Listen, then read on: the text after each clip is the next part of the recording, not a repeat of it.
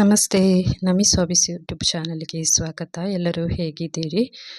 ಯಾರೆಲ್ಲ ಹೊಸಬರು ನನ್ನ ಚಾನಲ್‌ಗೆ ಇನ್ನೂ ಕನೆಕ್ಟ್ ಆಗದೆ ಚಾನಲ್ ನೋಡ್ತಾ ಇದ್ದೀರಿ, ಆದಷ್ಟು ಬೇಗ ಅಂದರೆ ಈ ವಿಡಿಯೋನ ನೋಡಲಿಕ್ಕಿಂತ ಮೊದಲೇ ಸಬ್ಸ್ಕ್ರೈಬ್ ಆಗಿ ಪಕ್ಕದಲ್ಲಿ ಕಾಣುವ ಬೆಲ್ ಬಟನನ್ನು ಒತ್ತಿ ಆಲ್ ಅನ್ನೋ ನೋಟಿಫಿಕೇಷನ್ಗೆ ಕ್ಲಿಕ್ ಮಾಡಿದರೆ ನಾನು ಹಾಕೋ ಎಲ್ಲ ವಿಡಿಯೋಗಳ ನೋಟಿಫಿಕೇಷನ್ ಸಿಗುತ್ತೆ.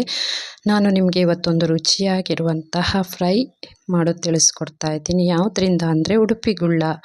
ಉಡುಪಿ ಕಡೆ ಸಾಮಾನ್ಯವಾಗಿ ಗುಳ್ಳ ಅಂತ ಕರೀತಾರೆ ಬದನೆಕಾಯಿ. ಉಡುಪಿ ಗುಳ್ಳ ಅಂತಲೇ ಬೇರೆ ಸಿಗುತ್ತೆ. ಆ ಉಡುಪಿ ಗುಳ್ಳದಿಂದ ಒಂದು ಸೊಗಸಾಗಿರುವಂತಹ ಮಸಾಲ ಫ್ರೈ ಮಾಡೋದು ಹೇಗೆ ಅಂತ ತಿಳಿಸ್ಕೊಡ್ತೀನಿ ನೋಡಿ. ಇದೇನೇ ಉಡುಪಿ ಗುಳ್ಳ ಅಂದರೆ ಇದಕ್ಕೆ ಹೇಳೋದು. ಬದನೆಕಾಯಿ ಥರನೇ ಇರುತ್ತೆ, ಉಡುಪಿ ಗುಳ್ಳ ಅಂತ ಕರಿತೀವಿ ನಾವು ಇದನ್ನು. ಇದರದ್ದು ಫ್ರೈ ಮಾಡೋದು ಹೇಗೆ ಅಂತ ತಿಳಿಸ್ಕೊಡ್ತೀನಿ. ಇದು ತಿಳಿಸಾರನ್ನ ಜೊತೆಗೆ, ಮೊಸರನ್ನ ಜೊತೆಗೆ, ಹಾಗೆ ಗಂಜಿ ಜೊತೆಗಂತೂ, ಕುಚ್ಚಲಕ್ಕಿ ಗಂಜಿಗಂತೂ ಒಳ್ಳೆ ಕಾಂಬಿನೇಷನ್ನು. ಈಗಂತೂ ಬೇಸಿಗೆಯಲ್ಲಿ ಸಾಂಬಾರು ಹಾಕ್ಕೊಂಡು ಊಟ ಮಾಡಲಿಕ್ಕಂತೂ ಸಾಧ್ಯವೇ ಇಲ್ಲ. ಏನಾದರೂ ಲಿಕ್ವಿಡ್ ಸೇರಿಸಿ ಮಜ್ಜಿಗೆ ಅಥವಾ ಮೊಸರು ಅಥವಾ ಗಂಜಿ ಊಟ ಮಾಡೋದಂದರೆ ತುಂಬಾ ಖುಷಿ ಅನಿಸುತ್ತೆ. ನಾನು ಈ ರೀತಿ ಎಲ್ಲ ಕಟ್ ಮಾಡಿಕೊಂಡು ಇದನ್ನು ರೌಂಡ್ ಶೇಪಲ್ಲಿ ಮಾಡಿಕೊಂಡು ನೀರಿನೊಳಗೆ ಹಾಕಿಟ್ಕೊಂಡಿದ್ದೀನಿ. ನೀರಲ್ಲಿ ಹಾಕಿದರೆ ಕಪ್ಪಾಗಲ್ಲ, ಇಲ್ಲಾಂದರೆ ಬದನೆಕಾಯಿ ಕಲರ್ ಚೇಂಜ್ ಆಗುತ್ತೆ.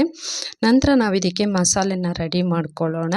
ಈ ವಿಡಿಯೋನ ಯಾವ ಕಾರಣಕ್ಕೂ ಸ್ಕಿಪ್ ಮಾಡಬೇಡಿ, ಕೊನೆ ತನಕ ನೋಡಿ. ಈಗ ನಾನು 1 ಸ್ಪೂನಷ್ಟು ಉಪ್ಪನ್ನು ಹಾಕ್ಕೊಳ್ತಾ ಇದ್ದೀನಿ. ಒಂದು ಪ್ಲೇಟಿಗೆ 1 ಸ್ಪೂನಷ್ಟು ಉಪ್ಪು ಮಸಾಲೆಗೆ ಅಂತ. ಹಾಗೆ ಉಪ್ಪು ಹಾಕಿದ ನಂತರ 2 ಸ್ಪೂನಷ್ಟು ಅಚ್ಚ ಖಾರದ ಪುಡಿನ ಹಾಕ್ತಾ ಇದ್ದೀನಿ ನಾನು. ಇದು ದಿಢೀರಂತೆ ಮಾಡ್ಬೋದಾದಂತಹ ಒಂದು ರೆಸಿಪಿ. ಇದು ಬೇಗನೆ ಮಾಡ್ಬೋದು. ನಂತರ 1 ಸ್ಪೂನಷ್ಟು 2 ಸ್ಪೂನ್ ಅಚ್ಚ ಖಾರದ ಪುಡಿ ಹಾಕಿದ ಮೇಲೆ 1 ಸ್ಪೂನಷ್ಟು ಹಳದಿ ಪುಡಿ ಅಂದರೆ ಅರಿಶಿನ ಪುಡಿನ ಹಾಕ್ತಾ ಇದ್ದೀನಿ. ಹಾಗೆ ನಾನು 1 ಲಿಂಬೆ ಹಣ್ಣಿನ ಗಾತ್ರದಷ್ಟು ಹುಣಸೆ ಹಣ್ಣನ್ನು ತೊಗೊಂಡಿದ್ದೀನಿ. ಇದನ್ನು ನೀರಿನಲ್ಲಿ ನೆನೆಸಿಟ್ಕೊಂಡಿದ್ದೆ. ಇದನ್ನು ಚೆನ್ನಾಗಿ ಕಿವುಚ್ಕೊಂಡು ರಸನ ತೆಕ್ಕೊಳ್ಳೋಣ. ಈ ರಸನ ಇದಕ್ಕೆ ಮಿಕ್ಸ್ ಮಾಡ್ಕೊಳ್ಳೋಣ. ಇವೆಲ್ಲವನ್ನು ಈಗ ಚೆನ್ನಾಗಿ ಕೈನಲ್ಲಿ ಮಿಕ್ಸ್ ಮಾಡೋಣ. ಬೇಕಿದ್ದರೆ ನೀವು ಶುಂಠಿ ಬೆಳ್ಳುಳ್ಳಿ ಪೇಸ್ಟ್ ಹಾಕ್ಬೋದು ಅಥವಾ ಬೆಳ್ಳುಳ್ಳಿ ಕೂಡ ಜಜ್ಜಿ ಹಾಕ್ಕೊಳ್ಬೋದು. ನಾನು ಅದು ಯಾವುದನ್ನು ಹಾಕಿಲ್ಲ, ಹಾಗೆಯೇ ಫ್ರೈ ಮಾಡಿದ್ದು. ಸಿಂಪಲ್ಲಾಗಿ ಮಾಡೋದನ್ನು ಹೇಗೆ ಅಂತ ತಿಳಿಸ್ಕೊಡ್ತಾ ಇರೋದು ಅಷ್ಟೇ.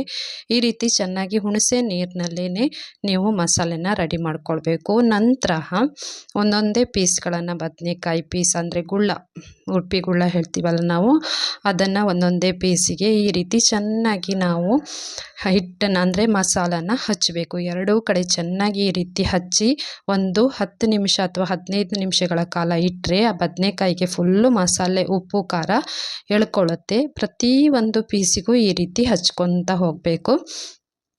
ತುಂಬಾ ರುಚಿಯಾಗಿರುತ್ತೆ. ಗಂಜಿ ಜೊತೆಗೆ, ಮೊಸರನ್ನ, ತಿಳಿ ಸಾರು ಅನ್ನದ ಜೊತೆಗಂತೂ ತುಂಬಾ ಒಳ್ಳೆ ಕಾಂಬಿನೇಷನ್ ಇದು. ನೀವು ಇದೇ ಥರನೇ ಬೇರೆ ತರಕಾರಿ ಅಂದರೆ ಹೀರೆಕಾಯಿ ಅಥವಾ ಆಲೂಗಡ್ಡೆಯಿಂದನೂ ಕೂಡ ಮಾಡ್ಬೋದು. ನಾನು ಬಾಳೆಕಾಯಿಯಿಂದ ಹಿಂದೆ ಮಾಡಿರೋ ರೆಸಿಪಿನ ಹಾಕಿದ್ದೀನಿ. ನಾನು ತುಂಬಾ ಒಳ್ಳೊಳ್ಳೆ ರೆಸಿಪಿಗಳನ್ನು ಹಾಕಿದ್ದೀನಿ ನನ್ನ ಚಾನಲಿಗೆ. ಕನೆಕ್ಟ್ ಆಗಿ ಎಲ್ಲ ವಿಡಿಯೋಗಳನ್ನು ನೋಡಿ, ಎಲ್ಲ ವಿಡಿಯೋಗೂ ಒಂದೊಂದು ಕಮೆಂಟ್ ಹಾಕಿ, ಹಾಗೆಯೇ ಎಲ್ಲರೂ ನನ್ನ ಚಾನಲ್ಗೆ ಸಬ್ಸ್ಕ್ರೈಬ್ ಆಗಿ ವಿಡಿಯೋಗಳನ್ನು ನೋಡಿ ಪೂರ್ತಿಯಾಗಿ ಎಲ್ಲದಕ್ಕೂ ಹಚ್ಕೊಂಡು ಈ ರೀತಿ ರೆಡಿ ಮಾಡಿ ಇಟ್ಕೊಂಡಿದ್ದೀನಿ. ಪ್ರತಿಯೊಂದು ಪೀಸಿಗೂ ಈ ರೀತಿ ಹಚ್ಚಿಟ್ಕೊಂಡು 15 ನಿಮಿಷ ಬಿಟ್ಟಿದ ನಂತರ ನಾನು ರವೆ, ಸಣ್ಣ ರವೆ, ಇದನ್ನು ಫ್ರೈ ಮಾಡಲಿಕ್ಕೆ ಸಣ್ಣ ರವೆನ ತಗೊತಾ ಇದ್ದೀನಿ. ಈ ಬದನೆಕಾಯಿ ಪೀಸ್ಗಳನ್ನು ಈ ರವೆಯಲ್ಲಿ 2 ಭಾಗ ಈ ರೀತಿ ಅದ್ದಿದ್ರಾಯ್ತು ಅಷ್ಟೇ. ಸ್ವಲ್ಪ ಪ್ರೆಸ್ ಮಾಡಿದರೆ ಅಂಟ್ಕೊಳ್ಳುತ್ತೆ ಆ ಮಸಾಲೆಗೆ ರವೆ. ಇದನ್ನು ನಾವು ಫ್ರೈ ಮಾಡಿದ್ರಾಯ್ತು. ತುಂಬಾ ರುಚಿಯಾಗಿರುವಂತಹ ಫ್ರೈಯು ರೆಡಿಯಾಗುತ್ತೆ ನೋಡಿ. ಗ್ಯಾಸ್ ಹಚ್ಚಿ ಗ್ಯಾಸ್ ಮೇಲೆ ಫ್ರೈಯಿಂಗ್ ಪ್ಯಾನ್ ಅಥವಾ ದೋಸೆ ಹಂಚನ್ನು ಯಾವುದನ್ನಾದರೂ ಇಟ್ಕೊಳ್ಬೋದು ನೀವು. ಅದು ಬಿಸಿ ಆದ ತಕ್ಷಣ ಸ್ವಲ್ಪ ಎಣ್ಣೆನ ಹಾಕೊಳ್ಳೋಣ. ಎಣ್ಣೆ ಸ್ವಲ್ಪ ಜಾಸ್ತಿ ತಗೊಳ್ಳೋದ್ರಿಂದ ಒಂದು 2ರಿಂದ 4 ಸ್ಪೂನಷ್ಟು ಎಣ್ಣೆನ ಹಾಕ್ಕೊಂಡು ಒಂದು ಸತಿ ಸ್ಪ್ರೆಡ್ ಮಾಡ್ಕೊಳ್ಳಿ ಎಣ್ಣೆನೆಲ್ಲ. ಈಗ ಇದು ಕಾವಲಿ ಚೆನ್ನಾಗಿ ಬಿಸಿಯಾಗಿದೆ, ಎಣ್ಣೆನೂ ಕೂಡ ಚೆನ್ನಾಗಿ ಕಾದಿದೆ. ಈಗ ನಾವು ರವೆ ಹಚ್ಚಿರುವಂತಹ ಬದನೆಕಾಯಿ ಗುಳ್ಳನ ಒಂದೊಂದೇ ಪೀಸ್ಗಳನ್ನು ಕಾವಲಿ ಮೇಲೆ ಹಚ್ಚಿ 2 ಕಡೆ ಚೆನ್ನಾಗಿ ಕಾಯಿಸ್ಕೊಂಡ್ರೆ ರುಚಿಯಾಗಿರುವಂತಹ ತುಂಬಾ ಗರಿ ಆಗಿರುವಂತಹ ಉಡುಪಿ ಗುಳ್ಳದ ಫ್ರೈ ರೆಡಿ ಆಗುತ್ತೆ ನೋಡಿ. 2 ಕಡೆ ಚೆನ್ನಾಗಿ ರವೆನ ಹಚ್ಕೊಂಡು ನಿಮಗೆ ಎಷ್ಟು ಬೇಕೋ ಅಷ್ಟನ್ನು ನೀವು ಫ್ರೈ ಮಾಡ್ಕೊಳ್ಬೋದು. ಒಂದೇ ಸರ್ತಿನೂ 2 ಆಗಿ ಬೇಕಾದರೂ ಹಾಕ್ಕೊಳ್ಬೋದು. ಫ್ರೈಯಿಂಗ್ ಪ್ಯಾನಲ್ಲಿ ಸ್ವಲ್ಪ ಜಾಗ ಇದ್ದರೆ ಅಡ್ಜಸ್ಟ್ ಮಾಡಿಕೊಂಡು ಒಂದು 4ರಿಂದ 5 ಕೂಡ ಹಾಕ್ಬೋದು. ಈ ರೀತಿ ಹಾಕಿದ ನಂತರ ಇದರ ಮೇಲ್ಗಡೆ ಸ್ವಲ್ಪ ಎಣ್ಣೆನ ಹಾಕಿ ನಾವು ಇದನ್ನು ಚೆನ್ನಾಗಿ ಕಾಯಿಸ್ಕೊಳ್ಬೇಕು. ಎರಡು ಕಡೆ ಚೆನ್ನಾಗಿ ಇದನ್ನು ಕಾಯಿಸ್ಕೊಂಡ್ರೆ ರುಚಿಯಾಗಿರುವಂತಹ ಬದನೆಕಾಯಿ ಫ್ರೈ ರೆಡಿಯಾಗುತ್ತೆ. ಹಾಗೆ ನಾನು ತುಂಬಾ ಒಳ್ಳೊಳ್ಳೆ ವಿಡಿಯೋ ರೆಸಿಪಿಗಳನ್ನೆಲ್ಲ ಹಾಕಿದ್ದೀನಿ. ನನ್ನ ಚಾನಲ್ಗೆ ಯಾರೆಲ್ಲ ಕನೆಕ್ಟ್ ಆಗಿಲ್ಲೋ ಆದಷ್ಟು ಬೇಗ ಚಾನಲ್ಗೆ ಸಬ್ಸ್ಕ್ರೈಬ್ ಆಗಿ, ಪಕ್ಕದಲ್ಲಿ ಕಾಣುವ ಬೆಲ್ ಬಟನನ್ನು ಒತ್ತಿ ಆಲನ್ನು ನೋಟಿಫಿಕೇಷನಿಗೆ ಕ್ಲಿಕ್ ಮಾಡಿದರೆ ನಾನು ಹಾಕೋ ಎಲ್ಲ ವಿಡಿಯೋಗಳ ನೋಟಿಫಿಕೇಷನ್ ನಿಮಗೆ ತಕ್ಷಣವೇ ಸಿಗುತ್ತೆ. ತಕ್ಷಣ ನೀವು ಎಲ್ಲ ವಿಡಿಯೋಗಳನ್ನು ನೋಡ್ಬೋದು. ಮೇಲ್ಗಡೆ ಸ್ವಲ್ಪ ಎಣ್ಣೆನ ಸ್ಪ್ರೆಡ್ ಮಾಡಿಕೊಂಡು, ಇಲ್ಲ ಸ್ವಲ್ಪ ಎಣ್ಣೆನ ಸ್ಪೂನಲ್ಲಿ ಹಾಕ್ಕೊಂಡು ಇದನ್ನು ಚೆನ್ನಾಗಿ ಕಾಯಿಸ್ಕೊಂಡ್ರೆ ಆಯಿತು. ತುಂಬಾ ಚೆನ್ನಾಗಿ ಫ್ರೈ ಮಾಡಿಕೊಂಡ್ರೆ ಒಳ್ಳೆ ರುಚಿಯಾಗಿರುವಂತಹ ಬದನೆಕಾಯಿ ಫ್ರೈ ರೆಡಿಯಾಗುತ್ತೆ. ಇದನ್ನು ಹೀಗೆ ತಿರುವು ಹಾಕ್ಕೊಂಡು ಬೇಗನೆ ಬದನೆಕಾಯಿ ತುಂಬಾ ಮೆತ್ತಗಿರೋದ್ರಿಂದ ಬೇಗನೆ ಫ್ರೈ ಆಗುತ್ತೆ. ತುಂಬ ಒಳ್ಳೆ ರೆಸಿಪಿ ಇದು. ಈ ರೀತಿ ನಾನು ಬಾಳೆಕಾಯಿ ಫ್ರೈ ಕೂಡ ಮಾಡಿದ್ದೀನಿ. ಒಳ್ಳೊಳ್ಳೆ ರೆಸಿಪಿ ವಿಡಿಯೋಗಳನ್ನೆಲ್ಲ ಹಾಕಿದ್ದೀನಿ. ನೀವು ಒಂದು ಸರ್ತಿ ಎಲ್ಲದನ್ನು ಚೆಕ್ ಮಾಡಿಕೊಂಡು ನೋಡಿ. ಮತ್ತೆ ಸ್ವಲ್ಪ ಬೇಕಿದ್ದರೆ ಎಣ್ಣೆನ ಮೇಲ್ಗಡೆ ಸ್ಪ್ರೆಡ್ ಮಾಡ್ಕೊಳ್ಬೋದು. ರುಚಿಯಾಗಿರುವಂತಹ ಬದನೆಕಾಯಿ ಫ್ರೈ ರೆಡಿಯಾಗುತ್ತೆ. ಗಂಜಿ ಅಥವಾ ಮೊಸರನ್ನ ಅಥವಾ ತಿಳಿ ಸಾರಿಗೆ ಒಳ್ಳೆ ಕಾಂಬಿನೇಷನ್ ಇದು. ಒಂದು ಸತಿ ಈ ರೆಸಿಪಿ ನಿಮಗೆ ಉಡುಪಿ ಗುಳ್ಳ ಸಿಕ್ಕಿದರೆ, ಇಲ್ಲ ಮಾಮೂಲಿ ಬದನೆಕಾಯಿಂದನೂ ಕೂಡ ನೀವು ಮಾಡ್ಬೋದು. ನಿಮಗೆ ಸಿಗೋವಂಥ ಯಾವುದೇ ಬದನೆಕಾಯಿಂದ ಕೂಡ ಇದನ್ನು ಮಾಡ್ಬೋದು. ತುಂಬಾ ರುಚಿಯಾಗಿರುತ್ತೆ. ಈ ರೆಸಿಪಿಗೆ ಒಂದು ಲೈಕ್ ಮಾಡಿ, ಆದಷ್ಟು ಈ ರೆಸಿಪಿನ ಶೇರ್ ಮಾಡಿ. ನಿಮ್ಮ ಅನಿಸಿಕೆ ಅಭಿಪ್ರಾಯಗಳನ್ನು ಕಮೆಂಟ್ ಮೂಲಕ ತಿಳಿಸಿ. ಒಂದು ರುಚಿಯಾಗಿರುವಂತಹ ಫ್ರೈ ರೆಡಿಯಾಗಿದೆ.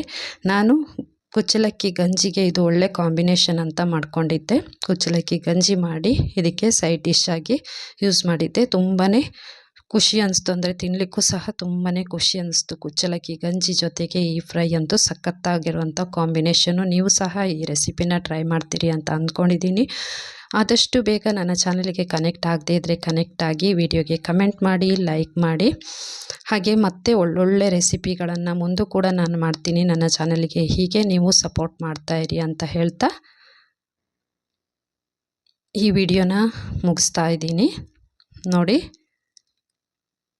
ಕುಚ್ಚಲಕ್ಕಿ ಗಂಜಿಗೆ ಸೂಪರ್ ಆಗಿರುವಂತಹ ಉಡುಪಿ ಗುಳ್ಳದ ಫ್ರೈ ರೆಡಿಯಾಗಿದೆ. ಒಂದು ಲೈಕ್ ಮಾಡಿ, ಶೇರ್ ಮಾಡಿ. ಹಾಗೆ ಮತ್ತೊಂದು ಒಳ್ಳೆ ರೆಸಿಪಿಯೊಂದಿಗೆ ನಿಮ್ಮ ಮುಂದೆ ಬರ್ತೀನಿ.